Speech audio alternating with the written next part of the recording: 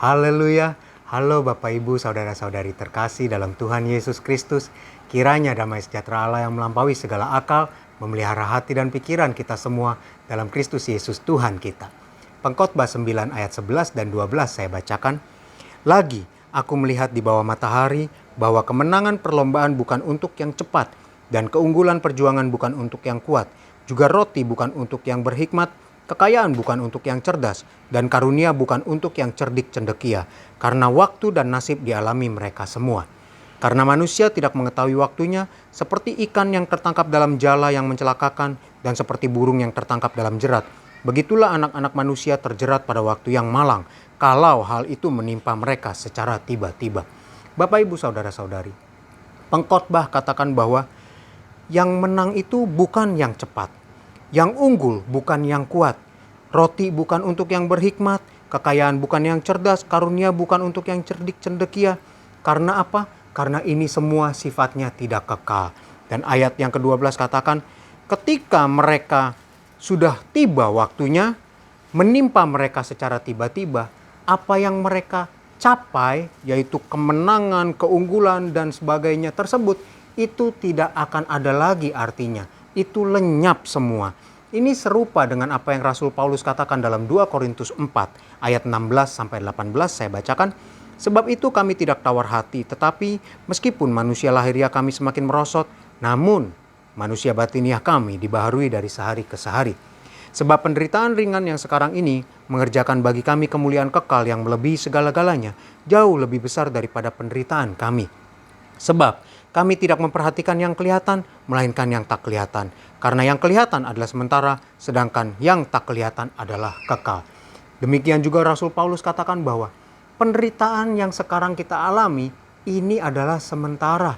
Kalau tadi pengkhotbah katakan segala kejayaan sementara, Paulus katakan segala penderitaan adalah sementara.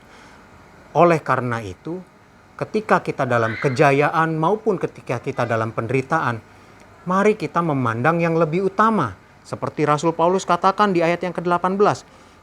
Kami tidak memperhatikan yang kelihatan, melainkan yang tak kelihatan. Manusia batiniah. Mari kita perhatikan yang utama, yaitu manusia batiniah. Karena kejayaan maupun penderitaan, itu semua akan lenyap. Tetapi manusia batiniah kita, itu yang akan kekal. Itu yang harus kita perbaharui sehari demi sehari. Dan itu yang harus kita dahulukan, yang harus kita perhatikan. Mari Bapak Ibu Saudara-saudari, kita perhatikan hidup kita jaga dengan firman Allah, kita jaga dalam pimpinan Roh Kudus, supaya apa? Ketika yang sementara ini berlalu, kita tetap hidup dalam kekekalan bersama-sama dengan Tuhan. Mari kita berdoa.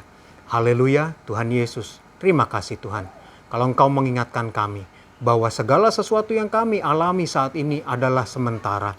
Untuk itu Tuhan, mampukan kami, tolong kami supaya kami fokus terus Tuhan untuk mengejar yang kekal, manusia batiniah kami, yaitu untuk hidup berkenan di hadapan-Mu, untuk hidup melakukan firman-Mu, untuk melakukan hal-hal yang tidak kelihatan, memperhatikan untuk memberi manusia batiniah kami makanan rohani, manusia batiniah kami persekutuan dengan Roh Kudus-Mu. Tuhan tolong kami semua.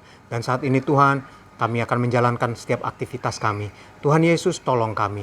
Berkati setiap kami, beri hikmat, beri urapan-Mu Tuhan, supaya kami menjalani aktivitas di bawah pimpinan-Mu. Dan juga Tuhan, kami mohonkan perlindungan yang daripada-Mu Tuhan. Jaga lindungi setiap kami, jauhkan dari sakit penyakit, kecelakaan, mara bahaya, jauhkan dari orang-orang yang ingin berniat jahat. Kami dapat menjalani hari ini dalam damai sejahtera bersama-Mu. Terima kasih Tuhan, terima kasih. Mulialah Engkau kekal selama-lamanya. Kami serahkan hidup kami di dalam nama Tuhan Yesus Kristus. Haleluya. Amin. Selamat beraktivitas. Tuhan Yesus memberkati.